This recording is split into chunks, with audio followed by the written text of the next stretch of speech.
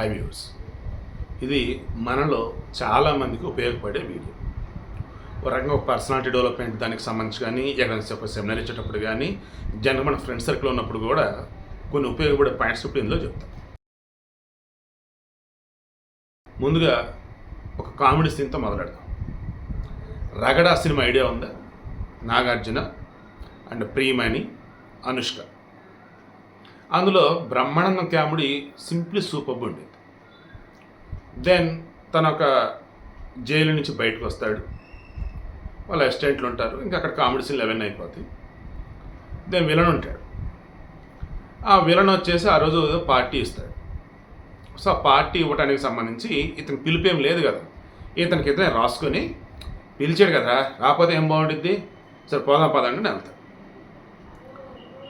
అంటే అతనికి రెస్పెక్ట్ ఇచ్చి ఎవరు పిలిచిందిలే, అక్కడ పార్టీ జరుగుతుందని తెలిసింది, ఇతనికి ఇతనే రాసుకొని ఇంకేమైనా పిలిచాడు కదా వెళ్దాం పద అని చెప్పేసి అన్నట్టు. అంటే ఇతనికి ఇతనే ఎదుటి వాళ్ళు రెస్పెక్ట్ ఇచ్చినట్టు ఫీల్ అయిపోయాడు. ఎదుటి వాళ్ళు ఇంకా ఇవ్వాలి. సరే పార్టీకి వెళ్తాడు.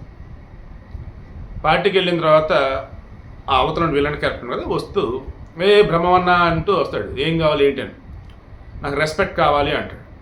దెన్ అవతల విలన్ అంటాడు, రే అన్నేదో బ్రాండ్ ఇడుతున్నాడు ఇవ్వండి రా అని చెప్పేసి ఆ బ్రాండ్ ముందు పోయిండ్రా అని. అంటే రెస్పెక్ట్ అన్నది అవతల వాళ్ళు వాళ్ళంతటా వాళ్ళు ఇవ్వాలి తప్ప, నాకు రెస్పెక్ట్ కావాలి, నాకు రెస్పెక్ట్ ఇవ్వండి అని అంటూ ఉంటే అవతల వాళ్ళు ఆ క్షణానికి ఇచ్చిన ఆ తర్వాత నిన్ను తక్కువగానే చూస్తారు. అర్థమవుతుందా? జగన్మోహన్ రెడ్డి అనే వ్యక్తి ఆంధ్రప్రదేశ్ ముఖ్యమంత్రి అయ్యాడండి. ఆ తర్వాత సినీ ఇండస్ట్రీకి చెందినటువంటి ఎవరైనా కానీ విష్ చేయటమో వచ్చి కలవటమో చేశారా, ఎక్సెప్ట్ మంచు ఫ్యామిలీ. ఇప్పుడు ఆ మంచు ఫ్యామిలీ కూడా వైసీపీకి ఆమె దూరంలో ఉన్నది వేరే విషయం. ఎందుకంటే వాళ్ళు వియంకులో వరుస అవుతారు కాబట్టి. సో విషయం ఏంటి, ఆ తర్వాత ఒక మంచు మోహన్ బాబు కానీ, ఓ పోసాని కృష్ణమురళి కానీ, ఇలా ఎవరైతే ఆనాడు జగన్ దగ్గర ఉన్నటువంటి బ్యాచ్ ఉన్నారు, జగన్ ద్వారా ఏదో పొందాలని అనుకున్న వాళ్ళు ఉన్నారు, నానా హడావుడి చేశారు. అసలు జగన్మోహన్ రెడ్డి ముఖ్యమంత్రి అవటం ఇండస్ట్రీ వాళ్ళకి అసలు ఎవరికి ఇష్టం లేదు. ప్రజలు ఏకంగా 170కి 151 అఖండ మెజారిటీ ఇచ్చారు.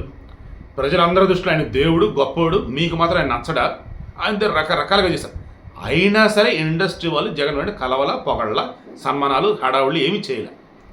ఇక జగన్మోహన్ రెడ్డికి అనిపించింది, ఇండస్ట్రీ వాళ్ళు నాకు రెస్పెక్ట్ ఇవ్వరా, ఇండస్ట్రీ వాళ్ళు నన్ను పొగడరా, ఇండస్ట్రీ నాకు సన్మానం చేయరా, అట్లయితే నేనేంటో చూపిస్తా అనుకున్నాడు.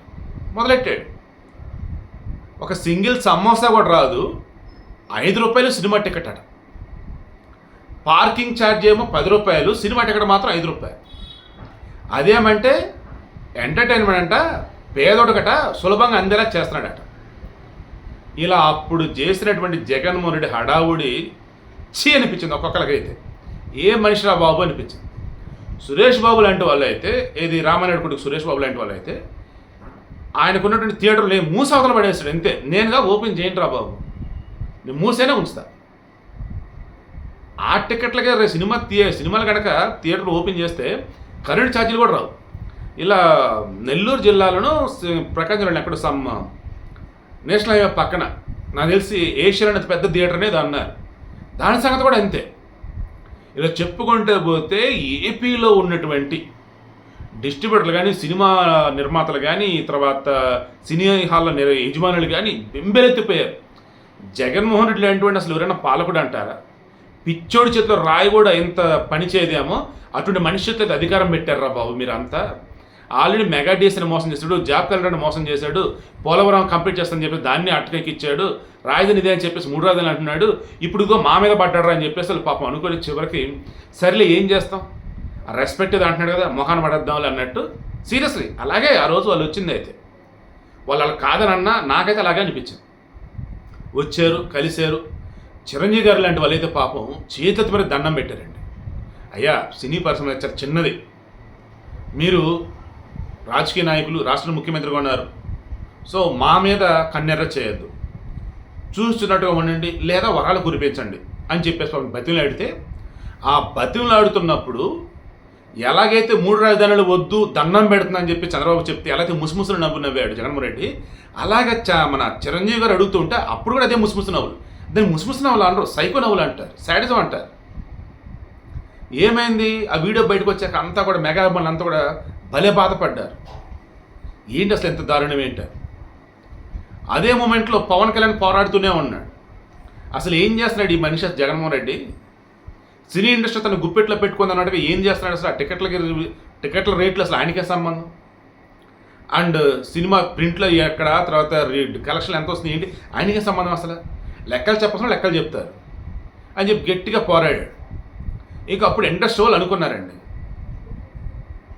మనమంతా నోరు మూసుకొని ఉన్నా ఎదిరించి మాట్లాడినవాడు పవన్ కళ్యాణ్, మనందరి కోసం నిలబడ్డవాడు పవన్ కళ్యాణ్. అండ్ ఒకనాడు చంద్రబాబు నాయుడు ముఖ్యమంత్రిగా ఉన్నప్పుడు, ఈవెన్ రాజశేఖర రెడ్డి ముఖ్యమంత్రిగా ఉన్నప్పుడు వాళ్ళంతా కూడా పార్టీలు వేరైనా మన ఇండస్ట్రీలో కూడా ఆయా రాజకీయ పార్టీలకి ఫేవర్గా ఉండేవాళ్ళు ఉంటూ ఉన్నా ఓవరాల్గా అందరినీ సమాన దృష్టితో చూశారు. ఇండస్ట్రీకి సంబంధించి ఏమేమి కావాలో ఆ రకం చేసుకుంటూ పోయారు. బట్ ఈ జగన్మోహన్ రెడ్డి అనబడే వ్యక్తి అలా లేడు. అటువంటి వ్యక్తిని మనం ఎదిరించి పోరాడదామంటే అధికారం ఆయన చేతుల్లో మనం ఏం చేయలేం. బట్ పవన్ కళ్యాణ్ అలా చేయలేం. సినిమాల్లో నటిస్తూ ఉన్నా, ఒక పార్టీకి అధినేతగా ఉన్నా, తాను మాత్రం సై అంటే సై అన్నాడు, తప్పు నిలదీశాడు, జగన్మోహన్ రెడ్డి కడిగి పారేశాడు.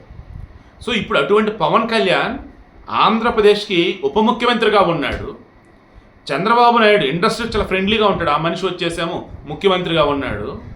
మనం ఎవరి వల్ల అయితే బాధలు పడ్డామో ఆ మనిషి వచ్చేసి దిగిపోయి ఉన్నాడు. మరి ఇప్పుడు కదా మనం వెళ్ళాలి ఆంధ్రప్రదేశ్కి, ఇప్పుడు కదా మనం పండగ చేసుకోవాలి, ఇప్పుడు కదా మనమంతా ఏకమై వారిని సన్మానించుకోవాలని చెప్పేసి అనుకున్నారు. అందులో భాగంగానే ఆంధ్రప్రదేశ్కు వచ్చారు, కలిశారు. ఎవరండి? పవన్ కళ్యాణ్. అల్లు అరవింద్ చాలా సూటిగా చెప్పాడు, పవన్ కళ్యాణ్తో సరదాగా మాట్లాడిన 1-2 ఉన్నా, ముఖ్యంగా అఫీషియల్ వేలోనే మాట్లాడటం జరిగింది. మేము ఇండస్ట్రీకి సంబంధించి వచ్చున్నాం. ఆల్మోస్ట్ నేను వచ్చిన వాళ్ళంతా కూడా నిర్మాతలే ఉన్నారు. ఆమె యాత్రగడ్డ సుప్రియ ఉన్నారు కదా, అక్కడ అమ్మాయి ఇక్కడ 50 సినిమాలు నడిచిన హీరోయిన్, నాగేశ్వర గారి యొక్క మనవరాలు, నాగార్జున గారి యొక్క మేనకోడలు, ఆమె కూడా అన్నపూర్ణ స్టూడియోస్ సంబంధించి ఆల్మోస్ట్ అన్ని కూడా ఆమె చూసుకుంటూ ఉంటారు. దెన్ ఆమె కూడా నేను వచ్చింది ఆ వేలోనే. బట్ నేను పవన్ కళ్యాణ్ ఆమె ఫోటో చూసి చాలామంది హ్యాపీగా ఫీల్ అయ్యారు, ఈవెన్ నేను కూడా చాలా హ్యాపీగా ఫీల్ అయ్యాను. సరే, ఇప్పుడు విషయం ఏంటి?